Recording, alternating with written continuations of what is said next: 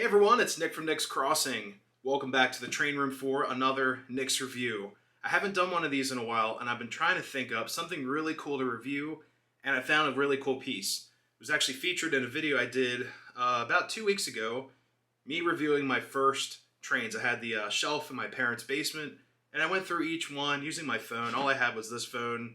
It's all I had at the time. And I stopped over on a weekend, and I was like, well, let me look at some of these pieces, a little bit of history. And I actually went over there last weekend to grab some things. And I asked my dad, I'm like, hey, can I take these with me to the house? And he's like, yeah, take them, enjoy them, do whatever you please. There are some pieces on that shelf that may never make it to this layout just because those are his, they're near and dear to him. But I respect that. But today we're going to go over my first diesel ever purchased, ever ran by me on an O-scale platform or O-gauge platform. And that is this right here. Yeah, check that out. Nice SOO line number 8569.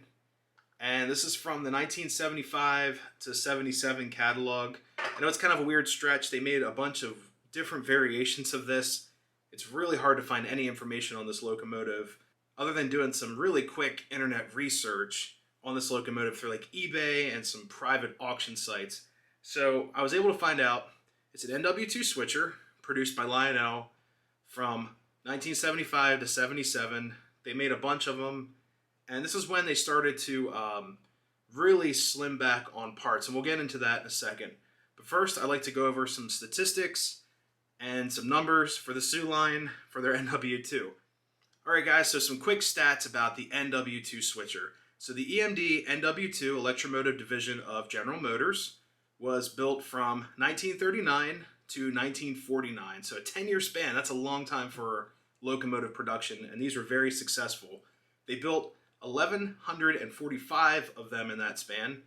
1,121 were for actually the United States. 24 were shipped off to Canada.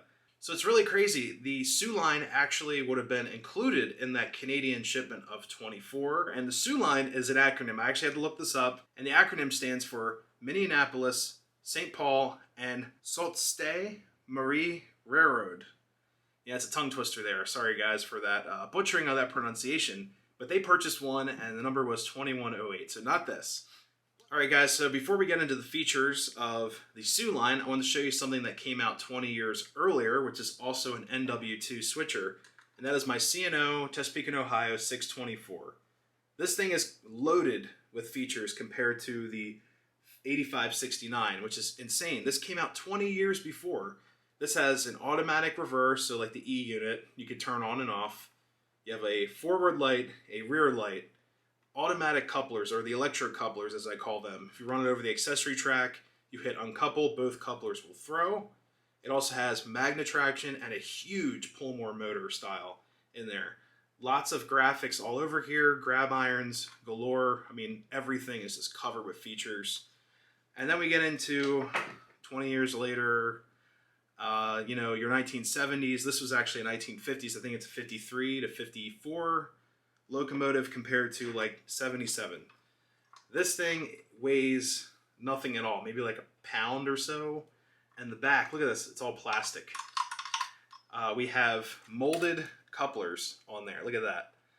We have a metal power truck with a pull-more style motor. A lot of you guys call them pull-less motors that I think my dad actually put from the rear to the front, because in the rear it had zero traction at all. This thing would just slip and do like one of these on the tracks with some cars on it.